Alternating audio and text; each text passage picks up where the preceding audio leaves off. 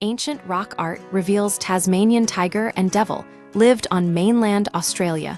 More recently than thought, new rock art discoveries in northern Australia's Northern Territory indicate that the Tasmanian tiger, thylacine, and Tasmanian devil persisted on the mainland for a surprisingly long time, potentially surviving into relatively recent history.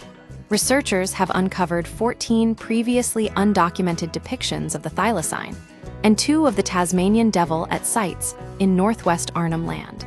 Some of these paintings, made with ochre and pipe clay, may be less than 1,000 years old, challenging previous assumptions about their extinction timeline on the continent. Evidence of continued survival for decades. Scientists believed these animals vanished from the Australian mainland around 3,000 years ago. Earlier estimates relied on limited findings. Only 23 known Tasmanian devil and approximately 150 thylacine depictions in rock art across northern Australia. The latest findings dramatically increase the number of known thylacine images, suggesting a more significant cultural and ecological role than previously understood. The art styles vary, utilizing red, yellow ochre, and white pipe clay. The use of pipe clay is particularly telling, as it fades faster than ochre, implying that some paintings were made in the last millennium. This raises the question of whether the artists depicted animals they had actually seen.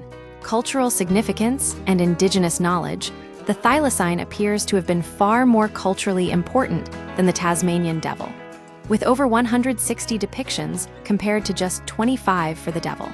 This disparity suggests the thylacine held a deeper symbolic or practical relevance for Aboriginal communities. The art also reveals that these animals were not simply relics of the distant past. They were actively remembered and represented across generations, with some paintings retouched over time.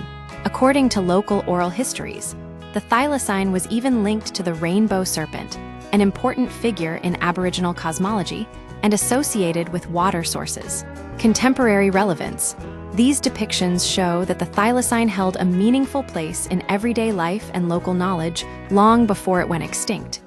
Stated Professor Paul Tasson, lead author of the study. The thylacine lives on in Western Arnhem Land, not as a ghost from the past, but as a meaningful creature that still has present-day significance.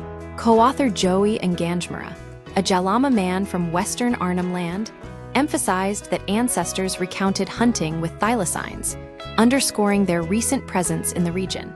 Contemporary Aboriginal artists continue to depict the thylacine on bark and canvas, calling it Jankaruk, a testament to its lasting cultural importance. The new study, published in Archaeology and Oceania, provides compelling evidence that the thylacine and Tasmanian devil were integral parts of the Australian mainland ecosystem and indigenous cultures for much longer than previously assumed. This discovery underscores the value of combining scientific analysis with traditional knowledge to paint a more complete picture of the past.